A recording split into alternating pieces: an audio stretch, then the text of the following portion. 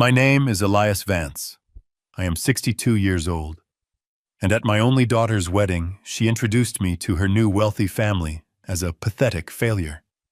She thought I was just a simple, broke old man who fixed books for a living.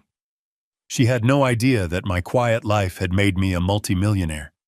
She also had no idea that I was carrying a final message from her late mother ready to play for all her guests.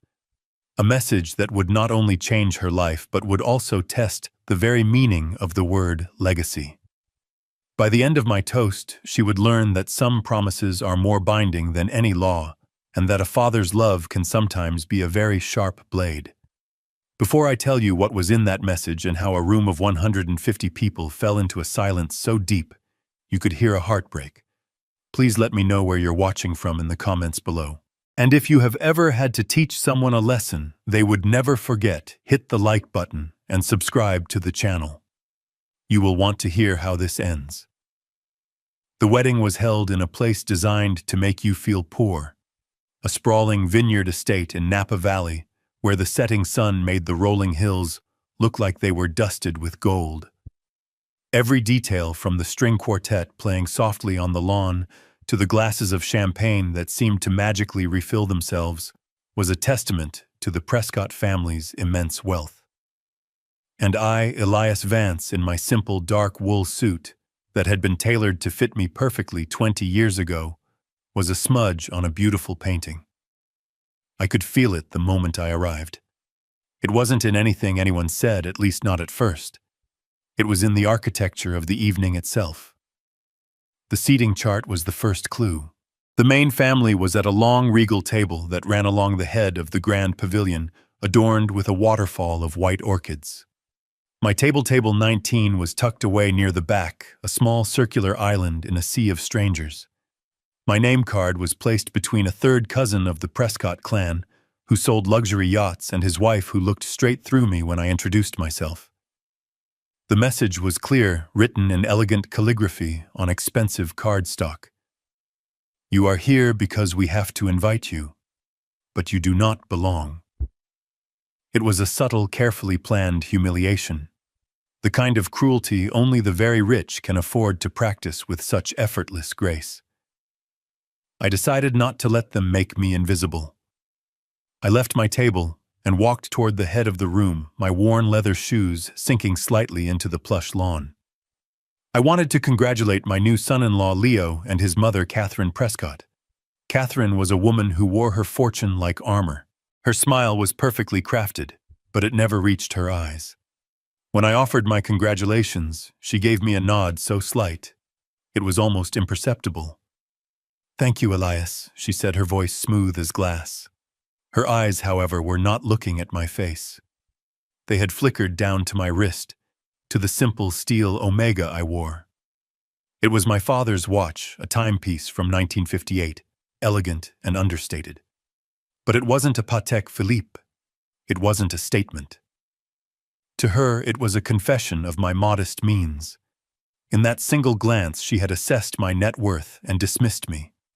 Before I could say another word, she had turned her back on me to embrace a state senator who had just arrived. I was left standing alone in her wake. Leo saw me. I saw the flash of panic in his eyes. He was a good kid, I thought, but he was a ship without a rudder, guided entirely by the gravitational pull of his mother's expectations. He hurried over, his hand outstretched. "Elias, so glad you could make it. The place is amazing, right?" He spoke quickly, his words tumbling over each other, but his attention was elsewhere.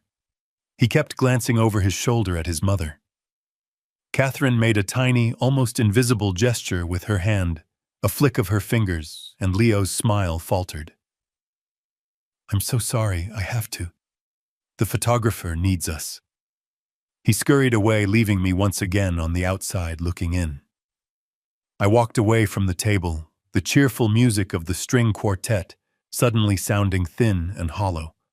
Across the lawn, I saw her, my daughter, Jessica.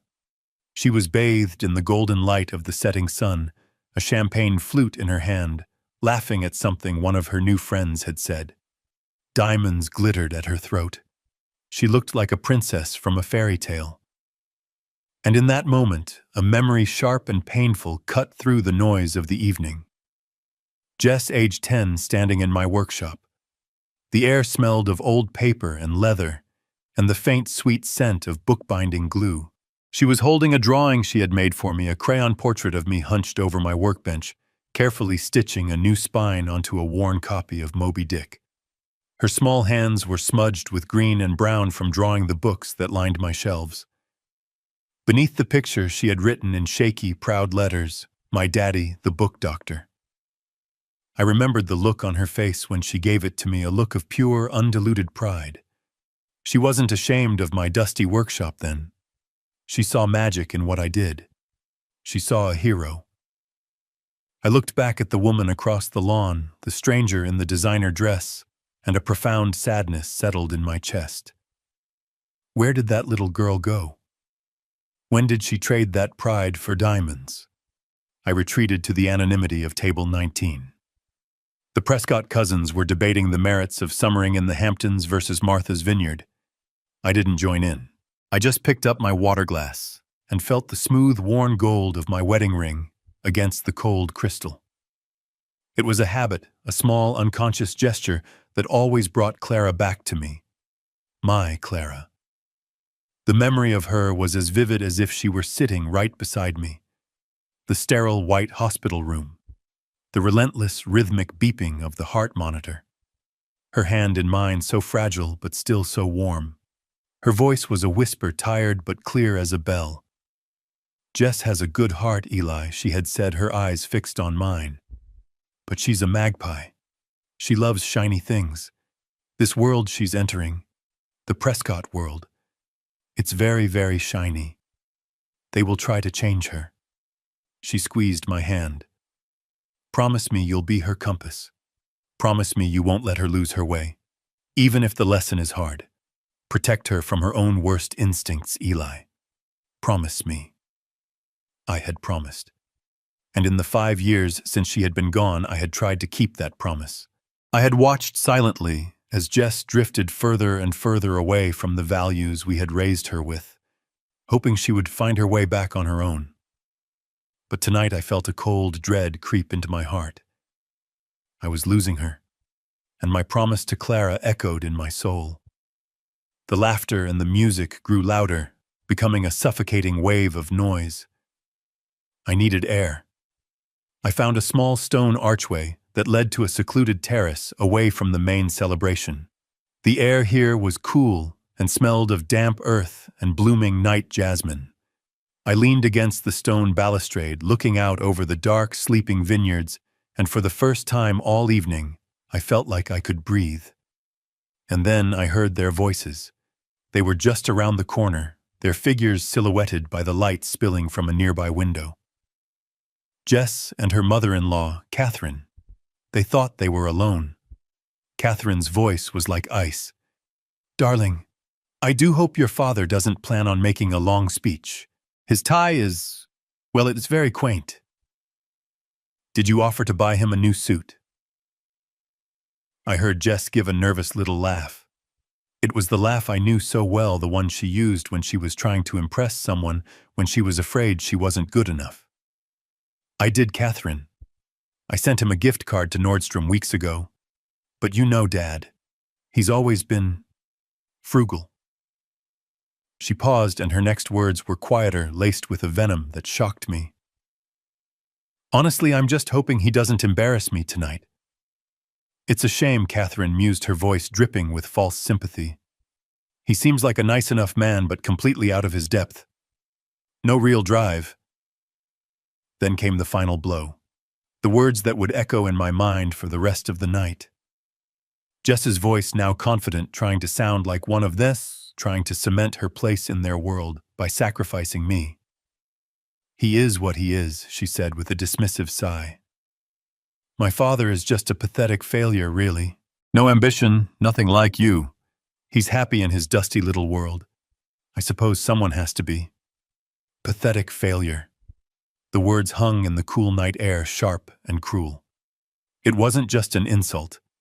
It was an assassination of my character. an erasure of a lifetime of love and sacrifice. I stood frozen on that terrace, the scent of jasmine suddenly nauseating. In that moment, all the small slights of the evening, the seating chart, the dismissive glance, the hurried conversation, coalesced into a single, ugly truth. My daughter was ashamed of me. The little girl who called me her hero was gone, and I knew with a certainty that chilled me to the bone what my promise to Clara now required me to do.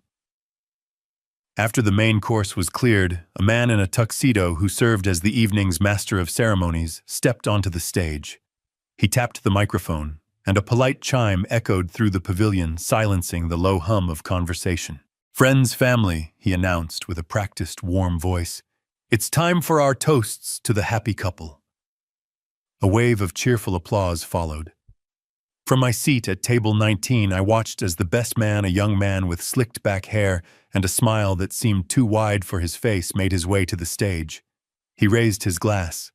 To Leo, he began, his voice booming with the easy confidence of someone who had never known a day of hardship. "Man, what can I say? From the ski slopes of Aspen to that disastrous yachting trip in Monaco, we've seen it all." The crowd chuckled knowingly. "I've seen this guy talk his way out of trouble with the authorities in 3 different languages, but I've never seen him as speechless as the day he met Jess. And looking at the life you guys are building, the new house in Pacific Heights, the Porsche in the driveway, I'd say you finally pulled off the greatest deal of your life." To Leo and Jess, more applause. I took a slow sip of water. The speech wasn't a tribute to a friend. It was a checklist of assets. It was a performance designed to remind everyone in the room of the price of admission to their world. Next came the maid of honor, a friend of Jess's named Chloe. She was a vision in a silk dress, holding the microphone like a seasoned performer. I have known Jess since our freshman year of college. She started, her voice filled with emotion. And I have never seen her happier or more radiant than she has been since Leo and the entire Prescott family came into her life.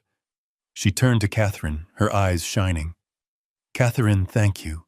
Thank you for welcoming my best friend into your family, for showing her a world of elegance and beauty that she so richly deserved." The words landed like tiny sharp stones. A world she deserved. The implication was clear. The world I had given her was not enough. It was a public declaration that my life, my home, my love had been a starting point, to be escaped from, not a foundation to be built upon.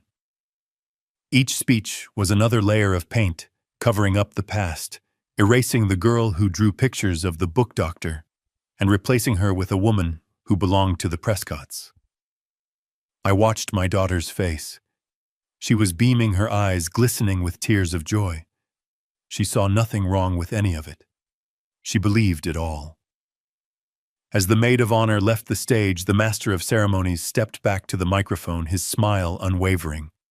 "And now a few words from the person who has known our beautiful bride her entire life. Please welcome the bride herself, Jessica." The room erupted in warm, sustained applause. I watched my daughter rise from her seat at the head table. She moved with a grace she hadn't possessed a few years ago, a carefully practiced elegance that was more Prescott than Vance. She didn't look in my direction. Her eyes were locked on the stage, her expression one of focused determination. She was about to give the performance of her life. She took the microphone, her hand steady, the diamonds on her wedding ring catching the light. "Wow," she began, her voice a little breathless. "Just wow.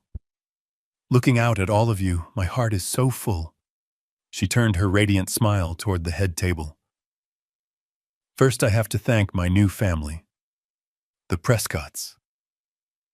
Her gaze settled on her mother-in-law.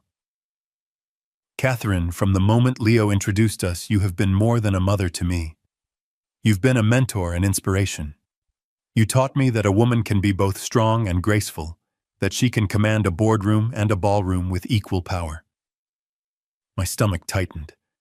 I thought of Clara, of my wife's quiet strength, her fierce intelligence, the way she ran our household finances with the precision of a CEO, while also finding time to volunteer at the local library.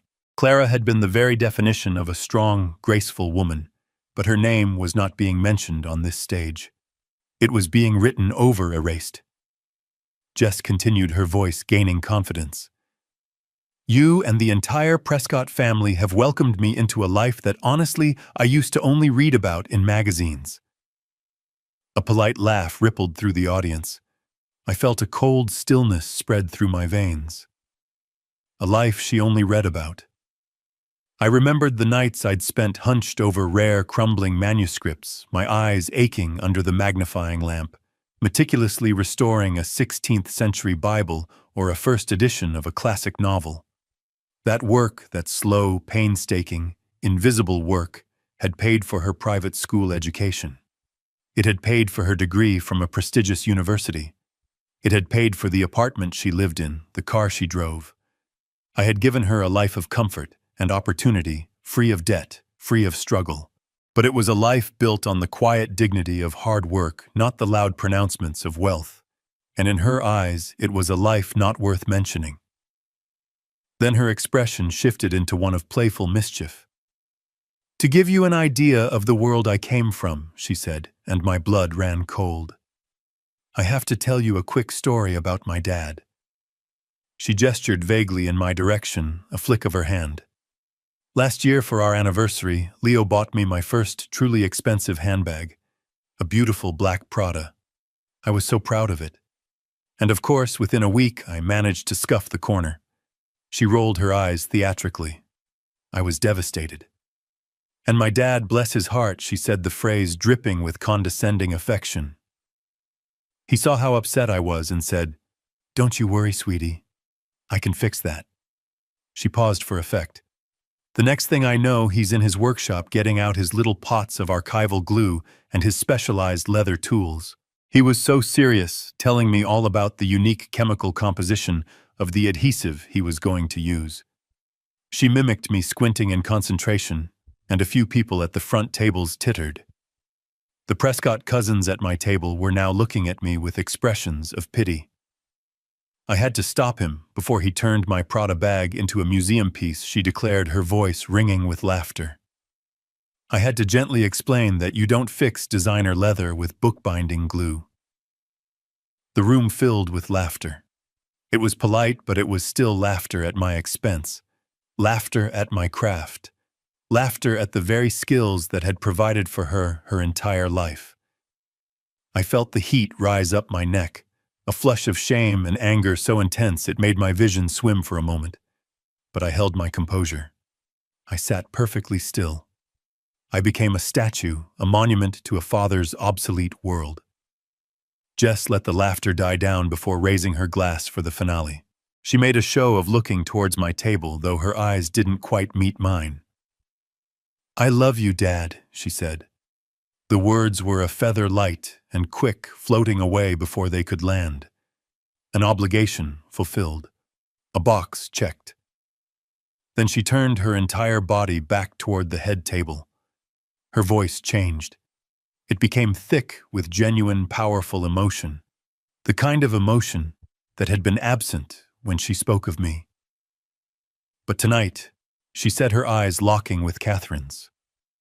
"I have to thank Leo, and especially Catherine and the entire Prescott family, for showing me a bigger life. A life of substance, of class, of success." She took a deep breath, her smile wider and more brilliant than ever.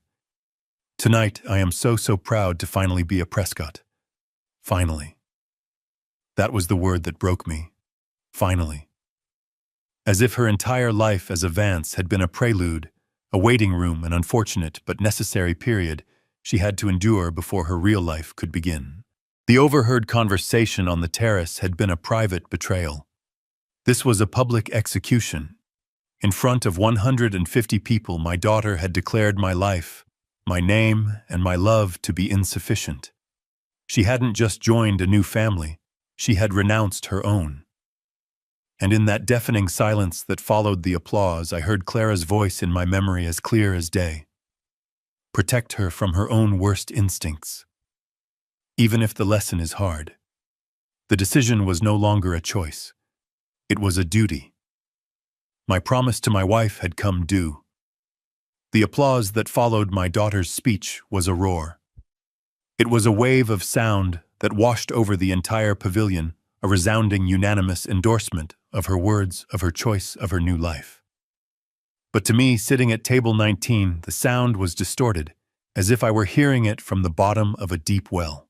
The cheerful faces, the clapping hands, the brilliant smiles, they all blurred into a swirl of color and light, a distant, meaningless pageant. I did not move. I did not flinch. My hands, which had spent 40 years learning the delicate art of mending fragile paper, rested calmly on the white tablecloth, one on either side of my plate. If anyone had bothered to look at the forgotten father in the back of the room, they would have seen nothing. A blank face, a still posture, a man made of stone. Inside my mind, however, a profound and terrible silence had fallen. The shock, the anger, the searing pain of her words, it all vanished in an instant. It was replaced by a stillness that was colder and heavier than any grief I had ever known. It was the stillness of a frozen lake. The storm had passed, and the landscape of my heart was now hard, clear, and unyielding. All emotion had been burned away, leaving behind only a single diamond-hard point of clarity. I finally understood. The time for hoping, for waiting for gentle guidance, was over. My daughter didn't need a father to love her. She needed a father to save her from herself. I lowered my eyes and looked down at the glass of water in front of me. The crystal was cut in a way that fractured the light. I saw my own reflection, but it wasn't me.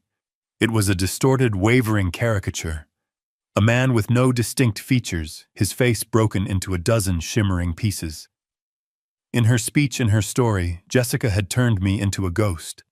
A harmless, simple, invisible man. A relic from a past she had outgrown. And in that moment, I accepted the role she had given me. Because an invisible man is free. An invisible man can move without being seen. An invisible man can act without anyone ever suspecting his intentions. The word, finally, echoed in the silence of my mind. Finally, a Prescott. It was a clean cut severing the last thread that connected the woman on the stage to the little girl who drew pictures of the book doctor. But the pain was a strange thing. It didn't spread like a fire. It crystallized. It became an object. Something I could hold, examine, and use. It was the final piece of evidence in a long, sad case I had been building in my heart for years. Clara's voice came back to me then, not as a whisper of memory, but as a clear, firm command. Protect her from her own worst instincts, even if the lesson is hard. I had always thought that meant protecting her from heartbreak, from failure, from the cruelty of the world. I never imagined it meant protecting her from the poison of greed, from the corrosion of her own character. I understood now that a compass doesn't just point north. Sometimes it has to be a mirror forcing you to see the direction you are truly heading. My daughter was lost in a forest of shiny things, and to guide her out, I couldn't just call her name. I had to burn the forest down. The lesson would not just be hard. It would be devastating. But it was the only act of love I had left to give. The MC's cheerful voice cut through my thoughts, pulling me back to the surface. "Let's hear it one more time for Jessica," he boomed. The applause rose again, and he continued. "And now, if everyone will direct their attention to the dance floor, it is time for the bride and groom to cut their magnificent cake." The string quartet began to play a joyful, upbeat tune. The guests began to murmur and shift in their seats, ready for the next piece of entertainment. They were all celebrating a union. I remained seated, my eyes still fixed on my broken reflection in the glass. I was preparing for a reckoning. The cheerful sound of the cake-cutting ceremony faded, and the master of ceremonies took the stage again.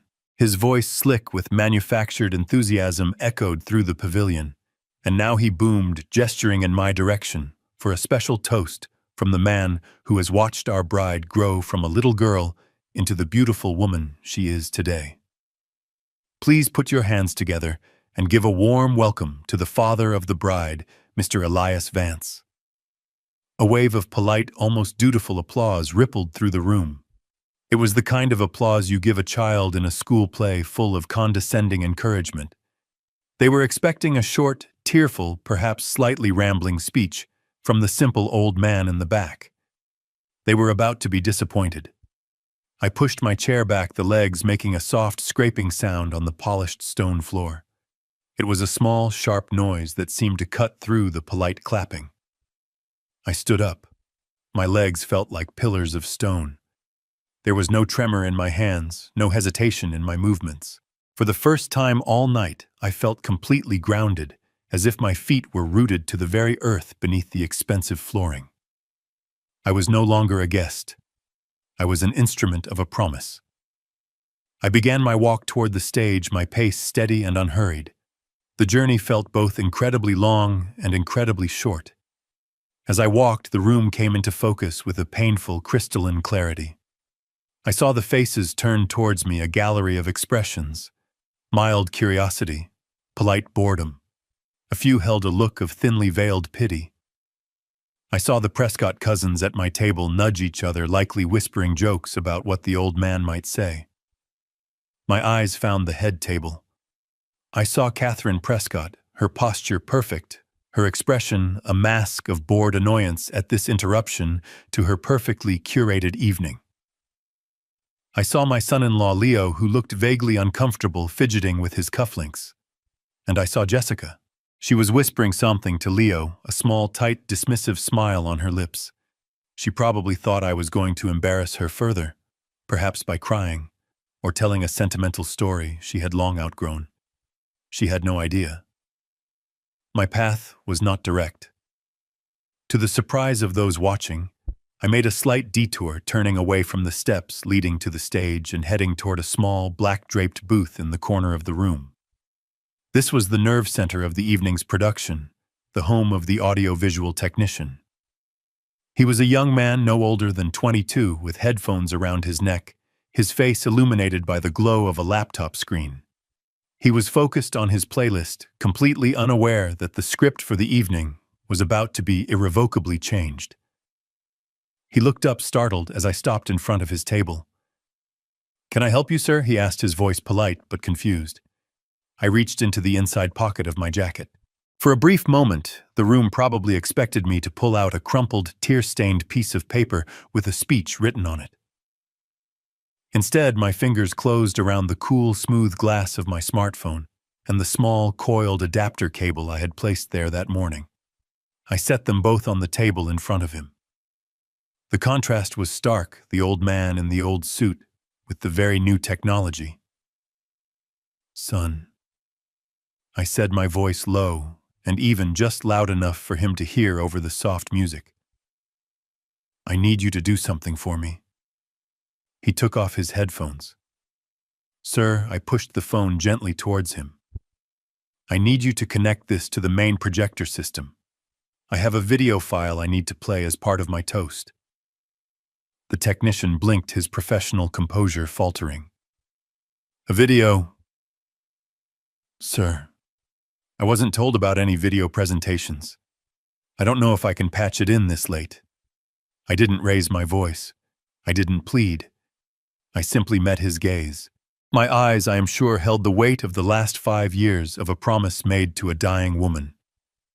"It's a very important message for my daughter." I said the words precise and deliberate. The file is on the home screen. It's named For Jessica.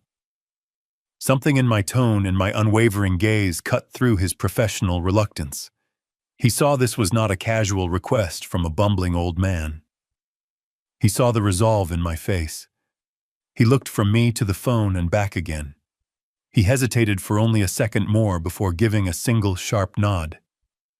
"Okay, sir," he said, his voice now quiet and serious. He picked up the cable. "I'll patch it through. It will be ready on your signal." I gave him a nod of thanks, turned away from the booth, and completed my journey to the stage. The short delay had done its work.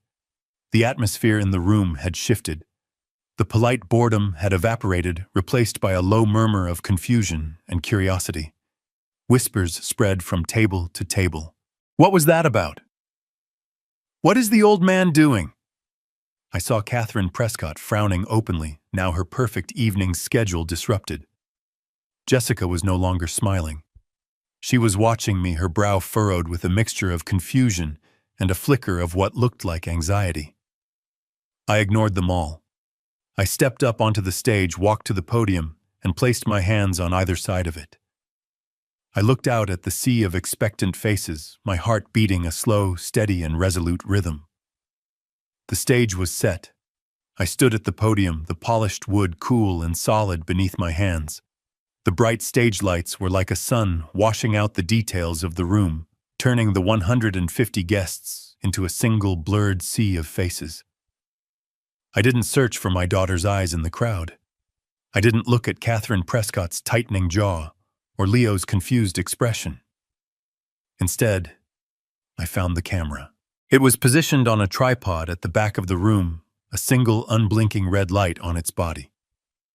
That little red light became my focus. It wasn't just a machine recording an event. It was a witness. It was the eye of history, and I was about to set the record straight. I let the silence stretch a moment longer than was comfortable. The low murmur of conversation in the room faltered and then died completely. The only sound was the distant chirping of crickets outside the pavilion. I leaned into the microphone, but I did not raise my voice. I spoke as if I were in my workshop, talking to a single trusted client. "Good evening, everyone." I began, my voice steady and clear, amplified to fill every corner of the room. It was a voice they hadn't heard before. Not the voice of a simple, bumbling father, but of a man who knew the weight of his words. They say a wedding is a day for new promises, a day to look to the future and speak of beginnings. I paused, letting the words settle. We make these promises easily in the light. We promise to love, to honor, to cherish. They are beautiful words, born of hope and champagne, and we should celebrate them. I looked out at the blur of faces. I could feel their collective posture shifting, a sense of unease creeping into the festive atmosphere. This was not the speech they were expecting. But there are other kinds of promises. I continued, my gaze still fixed on that small red light. There are promises that are not made in the sunshine of a wedding day, but in the quiet, sterile light of a hospital room. Promises made when hope is a luxury you can no longer afford. These promises are different. They are heavier. They are not born of hope. They are forged in the certainty of loss. They carry the weight of a life's final wishes, and they bind the living to the dead with a strength that time cannot break. The room was now utterly still. The air was thick with a tense, somber curiosity. The party was over. A different kind of ceremony was about to begin. I took a slow breath and delivered the words that would change the course of the evening and of my daughter's life. Tonight I am not here to talk about new promises. I am here to fulfill an old one, a promise I made to my late wife and Jessica's mother, Clara. I said her name, and it hung in the air, full of a power and a presence that had been absent all night. I had just placed my wife, the woman they had all forgotten, at the very center of this celebration. The stage was no longer theirs. It was mine. I let my wife's name hang in the silent room for a moment, giving it the space and the respect it deserved. I saw a flicker of confusion on Jessica's face. The name Clara was like a word from a forgotten language in this new world of hers. I continued, my voice calm, and measured each word, chosen with the same care I would use to restore a priceless manuscript. My wife Clara was a remarkable woman. She was not impressed by the things that impress most people. She wasn't moved by fast cars or large houses. She was a student of character. She used to tell me that you can learn everything you need to know about a person by watching two things: how they treat someone who can do nothing for them, and how they behave when they think no one is watching. My eyes may have drifted for a second towards the head table, a fleeting, impersonal glance. Clara was a futurist when it came to our family. She could see the possible paths a life might take, the small choices that lead to great destinations, both good and bad. She saw potential, but she also saw peril. And more than anything, she understood the true nature of money. I paused. The room was so quiet I could hear the faint hum of the stage lights. She knew that money is a powerful tool, perhaps one of the most powerful on earth. She knew that, like fire, it could warm a home or it could burn it to the ground. She knew it could be a magnificent gift, a key that unlocks doors to education, to security, to freedom, a way to build a life of purpose and to help others. But she also knew that money could be a curse, I said, my voice dropping slightly, drawing the audience in.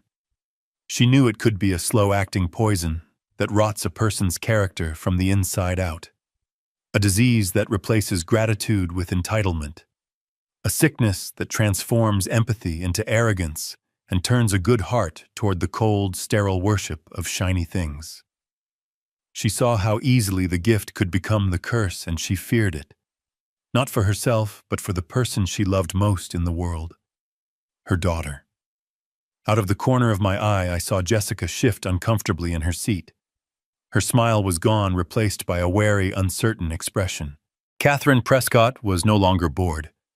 She was watching me with a look of intense, analytical suspicion.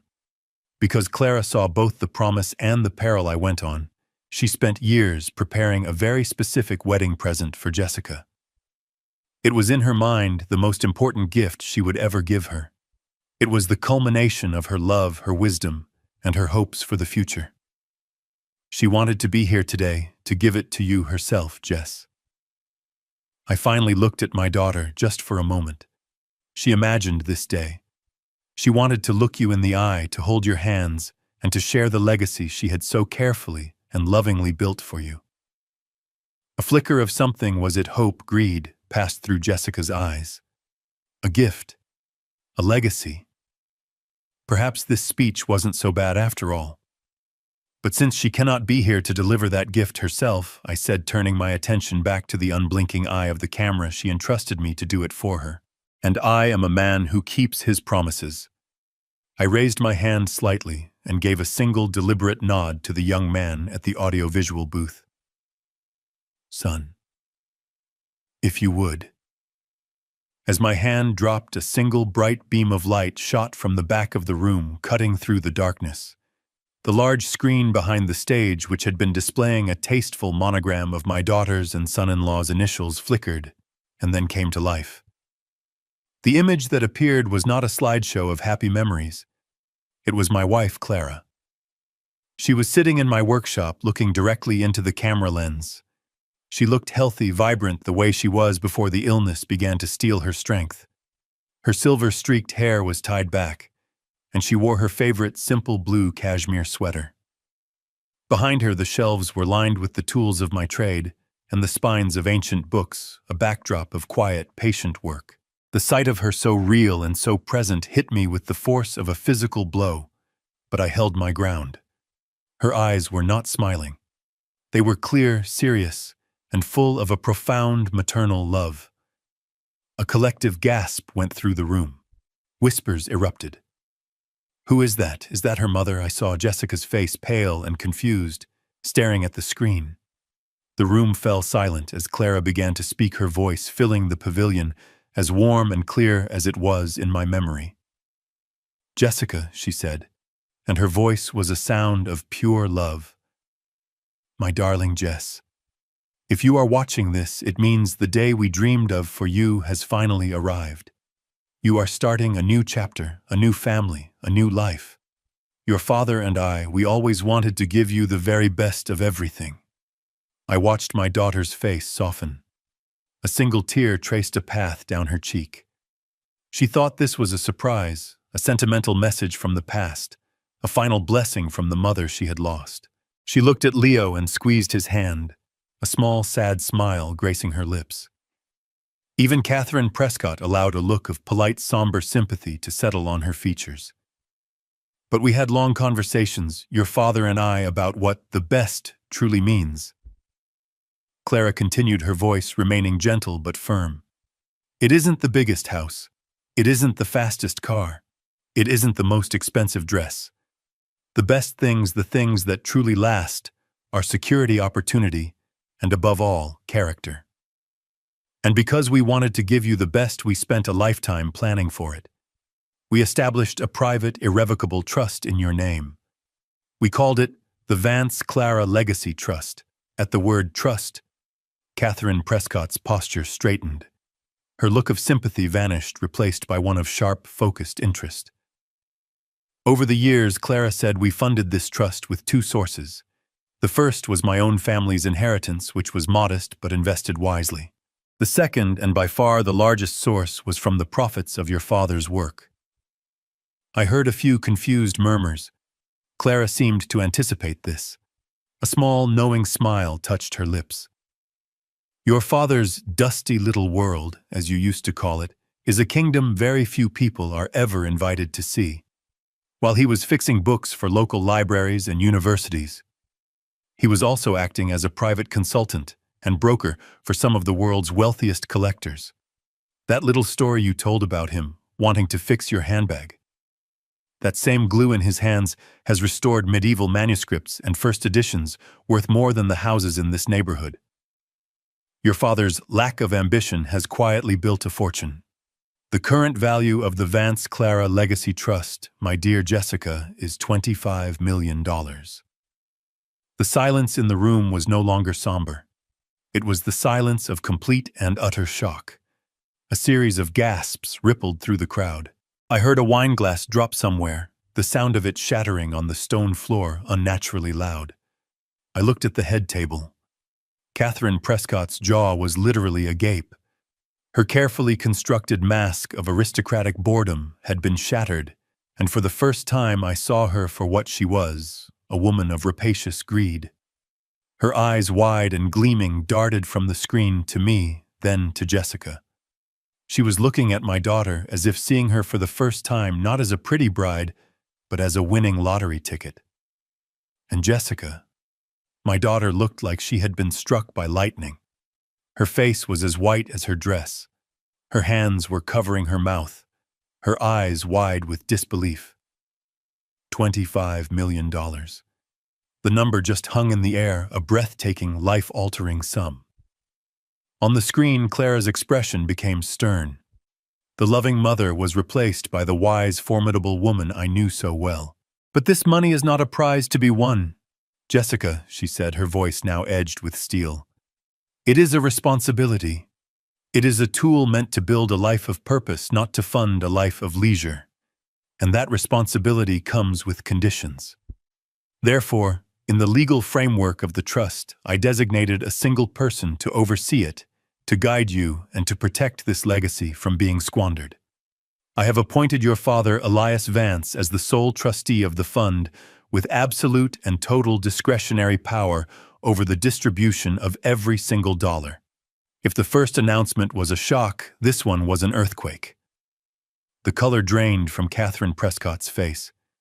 The avaricious glee in her eyes turned instantly to a cold reptilian fury.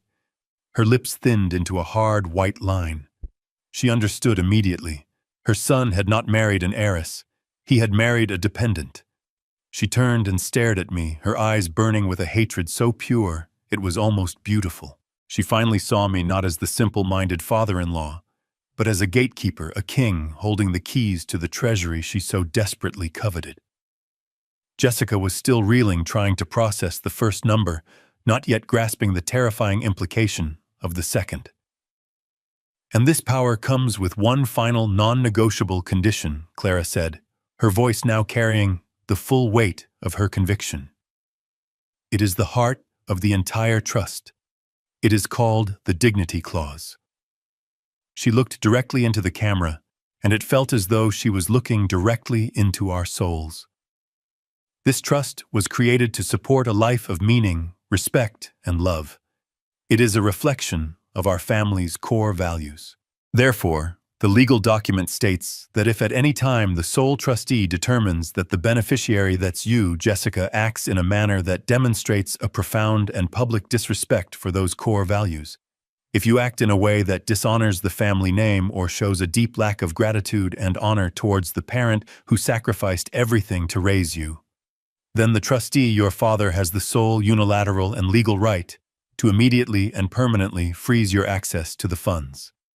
He is then instructed to redirect 100% of the trust's assets to the institution we chose together, the Library of Congress's endowment for the research and preservation of rare books.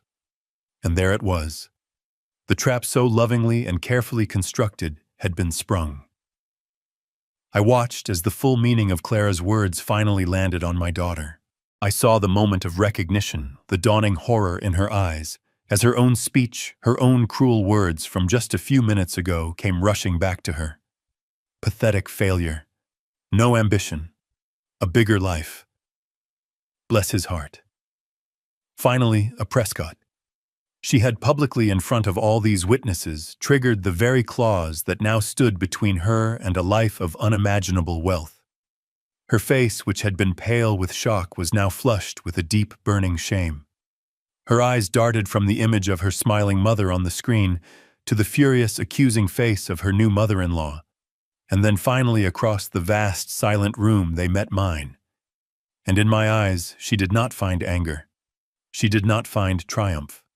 She found only a quiet, bottomless ocean of sorrowful finality. On the screen, Clara's face softened one last time, her expression now one of infinite sad wisdom. She was a mother giving her daughter one final painful lesson. "Your words have weight, Jess," she said softly. "They can build your world, or they can destroy your own legacy. Choose them wisely." She held her gaze for a moment longer. "I love you. Always." And with that, the screen went black. The screen went black. The image of my wife, her final loving words still echoing in our ears, vanished into a void. But the silence she left behind was not empty. It was a physical thing. A heavy blanket that smothered the room, pressing down on every guest, stealing the air from their lungs. The cheerful music, the clinking of glasses, the hum of conversation, all of it was gone, absorbed into a vacuum of pure, unadulterated shock. The only sound in the entire vast pavilion was the low, indifferent drone of the air conditioning system, a mechanical heartbeat, in a room where every human heart seemed to have stopped. For a full 10 seconds, which felt like an eternity, no one moved. No one breathed. We were all frozen in the aftermath of a truth that had just detonated in the center of our lives. From my position on the stage, I had a perfect view of the wreckage at the head table. I looked at Catherine Prescott first. The mask of aristocratic grace had not just slipped. It had been violently torn away. Her face was a ghastly shade of white like fine porcelain that had been drained of all its color. Her lips, usually set in a polite, condescending smile, were now a single bloodless line of fury. Her eyes, however, were burning. They were fixed on me, and in their depths I saw a hatred so cold and so pure it was almost hypnotic. She was no longer looking at a simpleton to be pitied. She was looking at an enemy who had outmaneuvered her, a king who had just checkmated her in the middle of her own coronation. She understood everything, the power, the money, the control had just slipped through her perfectly manicured fingers. My gaze moved to my new son-in-law, Leo. The poor boy looked like he had been hollowed out. He was staring at Jessica, his mouth slightly agape, his expression one of profound, bewildered disbelief. His entire world, the solid, predictable world of Prescott wealth and influence, had just been fractured. The woman beside him, the prize he had won, the beautiful asset he had acquired, had just been revealed as something entirely different. He wasn't looking at her with anger, not yet. It was a look of pure, uncomprehending shock, the look of a man who had been told the sky was green and the grass was blue. And then I looked at my daughter. Jessica was a statue carved from ice. She was frozen in her chair, her hand still clamped over her mouth, as if to hold back a scream. Her eyes, wide and glassy, were locked on the blank black screen where her mother's loving, disappointed face had been. But I knew she wasn't seeing the screen. She was seeing her own words, hearing her own voice, replaying her speech over and over in the horrified theater of her mind. Pathetic failure. Bless his heart. A bigger life. Finally, a Prescott.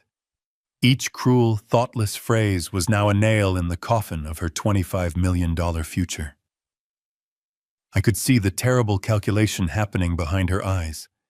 I could see the moment the last piece clicked into place, the moment she fully and completely understood what she had done. It was the look of a person watching their life burn down to the ground, knowing with sickening certainty that they were the one who had struck the match. I felt no triumph. There was no pleasure in this victory. There was only a vast, empty ache in my chest. This was the hard lesson Clara had spoken of, the lesson I had prayed I would never have to teach. I looked at the terrified, broken woman who was my daughter, and for a moment, I saw the 10-year-old girl she used to be. The girl who had loved her book doctor father. I hadn't done this to punish her. I had done this to save her. It was a painful, brutal surgery on her character, and I could only hope that what was left after all the poison was cut away was something that Clara would have recognized. Slowly, like flowers turning toward a new sun, the heads of the guests began to move. Their gazes lifted from the head table, from my daughter's shattered face, and drifted across the room to me. One by one, they turned to look at the man on the stage, and in their eyes I saw the world remade. I was no longer the simple, broke father from the back of the room. I was the quiet man who held the entire story and the entire fortune in the palm of his hand. The silence was their stunned tribute to the new order of things. I stood at the podium for a moment longer, letting the silence cement itself into the foundation of the evening. The black screen behind me was a mirror reflecting the stunned faces of the guests. I gently took the microphone from its stand, my movements slow and deliberate. I held it for a second, feeling its cool metallic weight, before placing it softly back onto the podium. The small, quiet click was the only sound in the universe. It was the sound of a lock turning, of a chapter ending. I looked out, not at any single person, but at the room as a whole, at the wreckage I had created. My gaze passed over my daughter's stricken face, over Catherine Prescott's mask of cold fury, and settled on nothing. I was no longer speaking to them. I was closing a record. "That is your mother's gift, Jessica," I said, my voice calm and even, carrying through the silent room without the need for amplification. "I wish you happiness." There was no sarcasm in my words, no triumph. It was a simple, sorrowful statement of fact. A farewell. And then, before a single person could find their voice to object, to scream, to accuse, I turned my back on the podium and walked away. I did not hurry. I descended the small steps from the stage with a steady, measured pace, my shoes making soft, deliberate sounds on the wood. As my feet touched the grass of the main floor, the spell of silence finally broke. It began not with a shout, but with a sharp, ragged gasp. It was Jessica. Then I heard the sound of a chair scraping violently against the stone floor, and a woman's voice, low and venomous, hissing a single word. Jessica, it was Catherine, her voice a whip crack in the stunned air. I heard a choked sob, the beginning of a hysterical cry. I heard murmurs erupting like wildfire, spreading from table to table as the guests finally found their voices. The chaos was beginning, a storm of my own making. But I did not stop. I did not turn. It was no longer my storm to weather. My path took me directly through the center of the room, a long, straight line to the grand entrance of the pavilion. I kept my eyes fixed on the dark rectangle of the night sky visible through the open doors. That was my destination. That was my peace. I could feel the eyes of every guest on me as I walked. I could feel their shock, their morbid curiosity, their frantic whispers. I was the calm eye of a hurricane of my own creation. Their world had been turned upside down, but my own was finally, after 5 long years, righting itself. I heard my daughter's voice, a broken, desperate cry. "Dad." It was a question, a plea, a single word that contained a universe of regret. For a fraction of a second, my stride faltered. The father in me, the man who had kissed her, scraped knees, and read her bedtime stories, wanted to turn back, to hold her, to say it would all be okay. But I kept walking. The promise I made to Clara was not just to love her, but to be her compass.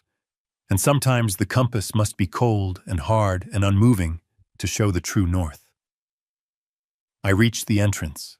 I stepped out of the golden, chaotic light of the wedding and into the cool, quiet darkness of the Napa night.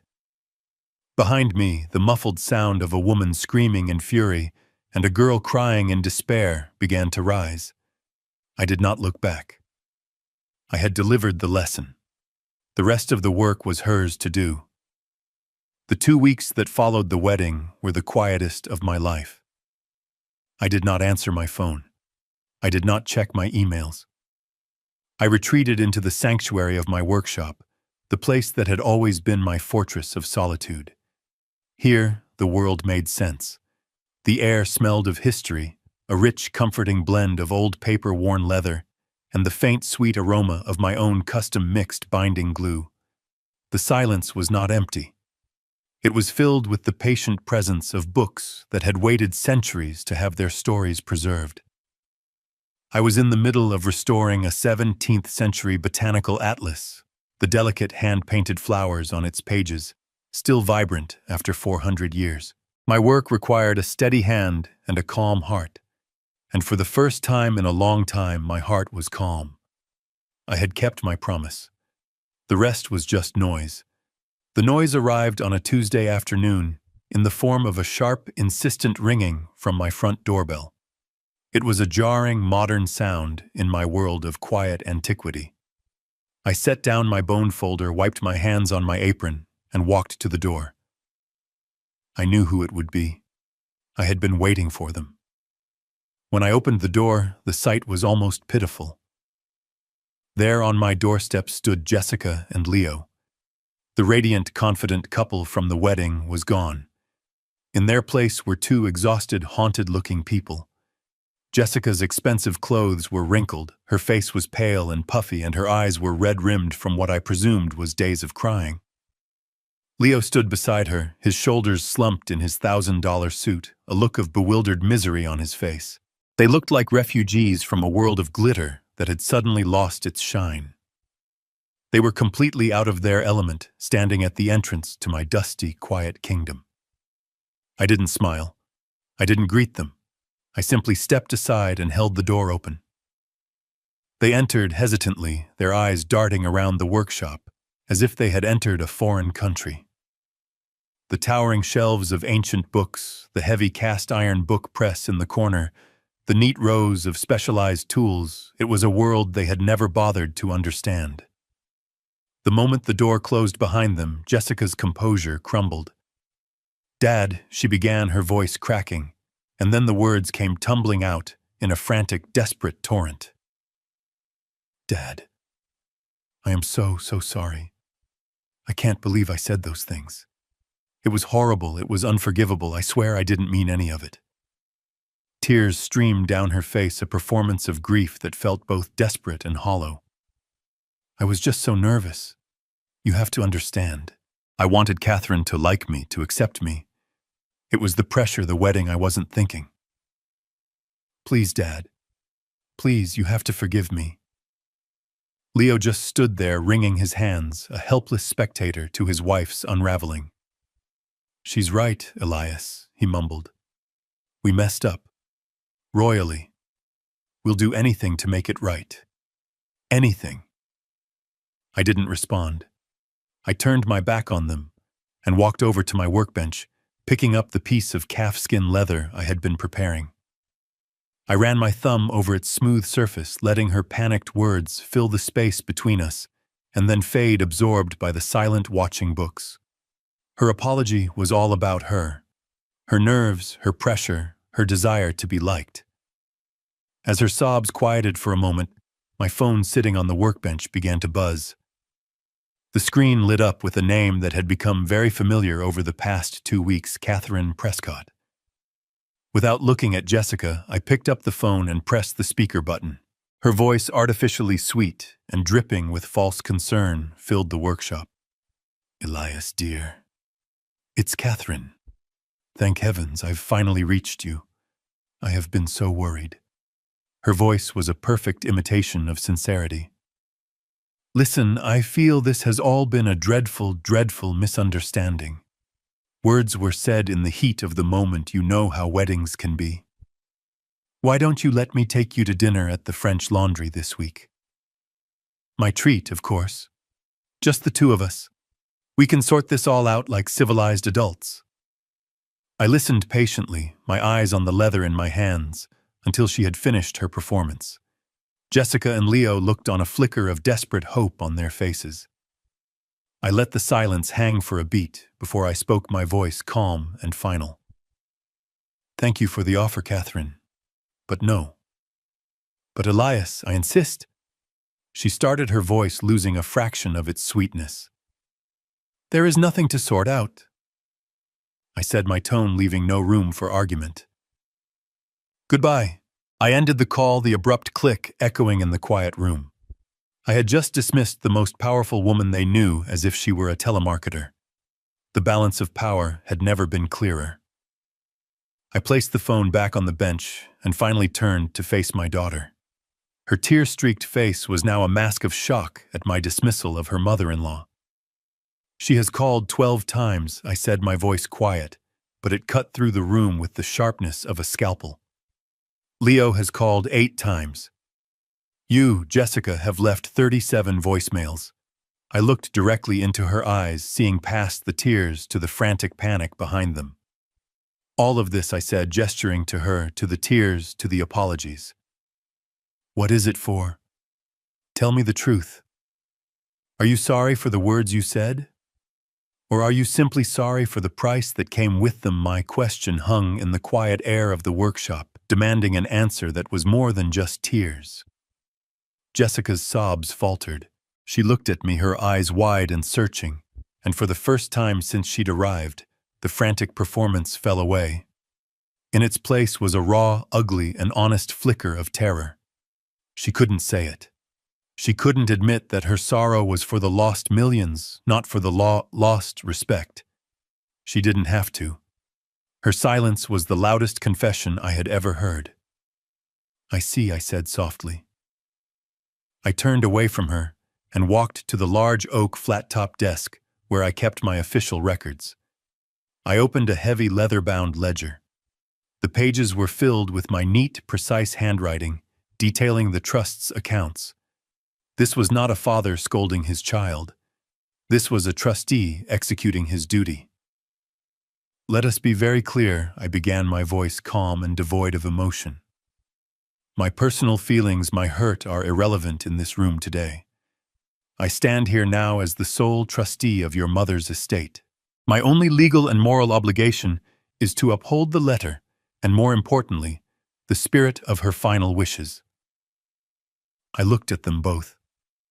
Leo seemed to shrink under my gaze, while Jessica just stared, her face a pale mask of dread.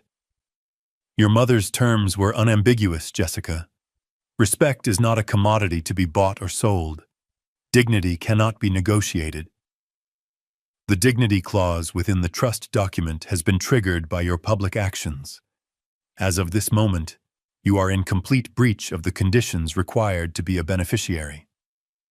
A small, choked sound escaped Jessica's lips. Leo looked like he was going to be sick. They thought this was the end. I held up a hand. However, I said, and a sliver of hope returned to their eyes. Your mother was not a punitive woman. She believed in redemption. She believed that character, if damaged, could be restored through hard work and humility. So I am not closing the door on you forever. But the path back is not easy. It will be the hardest work you have ever done. And the terms are not negotiable. I looked down at the ledger, though I knew the words by heart. I had rehearsed this moment, hoping I would never have to live it. First, I said, my voice leaving no room for argument. Effective immediately, all passive financial support from the trust is terminated. The platinum credit card linked to the family account, which I see was used just yesterday for a $500 lunch, has been canceled. The monthly allowance that has been deposited into your account since you turned 21 is stopped. The lease on your luxury apartment in the city, which the trust pays for, will not be renewed when it expires in 2 months. The lifestyle you have known is over. Jessica swayed slightly, and Leo put a hand on her arm to steady her. Second, I continued unmoved. You will both find employment. Real jobs. You will learn what it feels like to earn a paycheck and to make it last an entire month. You will pay your own rent, your own car payments, and your own grocery bills. You will learn the value of $1 because you will have earned it with your own 2 hands. Third, the trust itself is not gone, but your access to it has fundamentally changed. It is no longer a well of cash for a life of leisure. It is now a tool for genuine growth. Should you, Jessica, decide you want to pursue a master's degree, or if you present me with a viable, meticulously detailed business plan for a venture that has meaning and substance, I will review it as the trustee.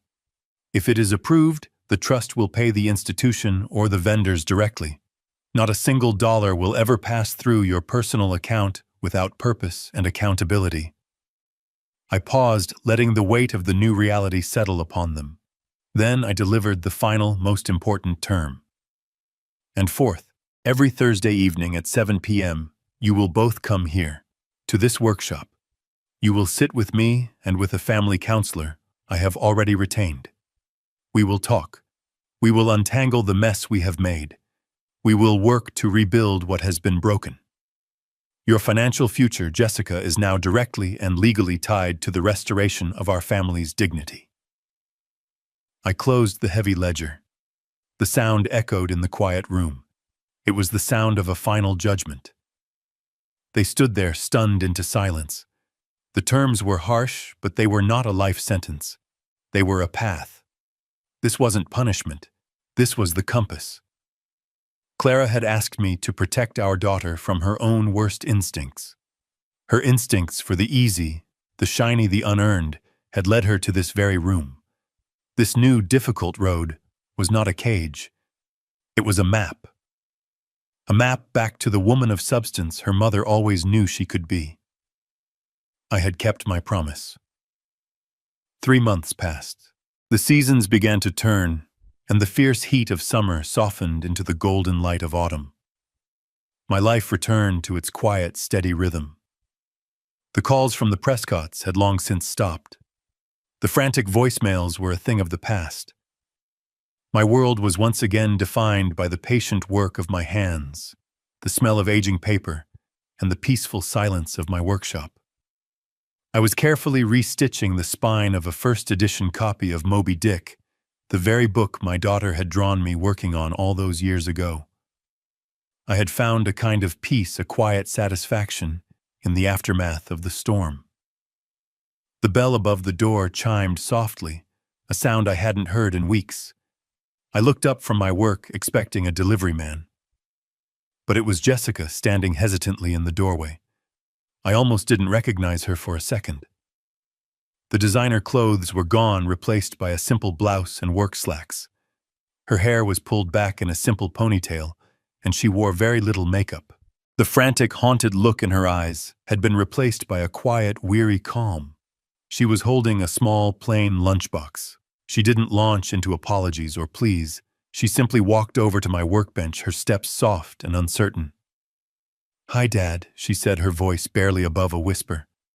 "I was on my lunch break. I brought you something. I figured you'd probably forget to eat again." She placed the lunchbox on a clear space on the bench next to a stack of marbled end papers. I looked at the box, then at her. I gave a single slow nod. "Thank you, Jess," I said. The words felt new, like the first green shoots of spring pushing through a frozen ground. I expected her to leave, to retreat back into the new, harder life she was building for herself. But she didn't. She walked over to the corner and pulled out the old worn wooden stool, the one she used to sit on as a little girl, watching me for hours as I worked. She sat down a few feet away from my bench and simply folded her hands in her lap. She didn't speak. She just watched my hands as I worked her expression, quiet and thoughtful.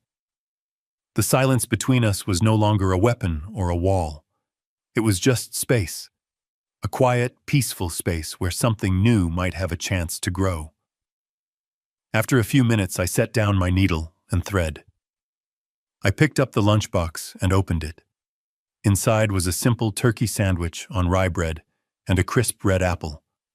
It was exactly the lunch I would have packed for myself. I took a bite of the sandwich. It was the best thing I had tasted in years.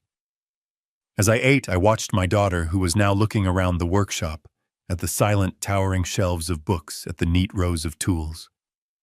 She was seeing it not as a dusty, pathetic world, but as a place of substance, of meaning.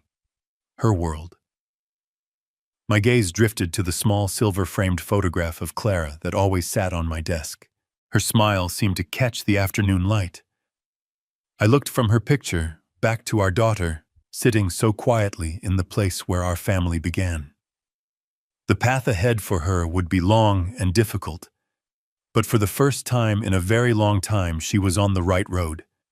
The lesson had been delivered. The fever had broken. My promise was kept. The true legacy, not of money, but of character, of dignity, of a love strong enough to be hard, had been restored. And in the quiet of my workshop, that was more than enough. This story teaches that a person's true worth isn't measured by their bank account, but by their character and integrity. It powerfully illustrates that true strength lies not in avoiding conflict, but in upholding one's dignity even through difficult decisions. The most profound love can sometimes mean teaching a hard lesson to protect someone from their own worst instincts. Ultimately, the story reminds us that a legacy of respect and self-worth is a far greater inheritance than any amount of money, a fortune that can never be truly lost or taken away. If you believe that character is more valuable than cash, like this video, subscribe for more stories and share a time you had to stand up for your own worth in the comments below.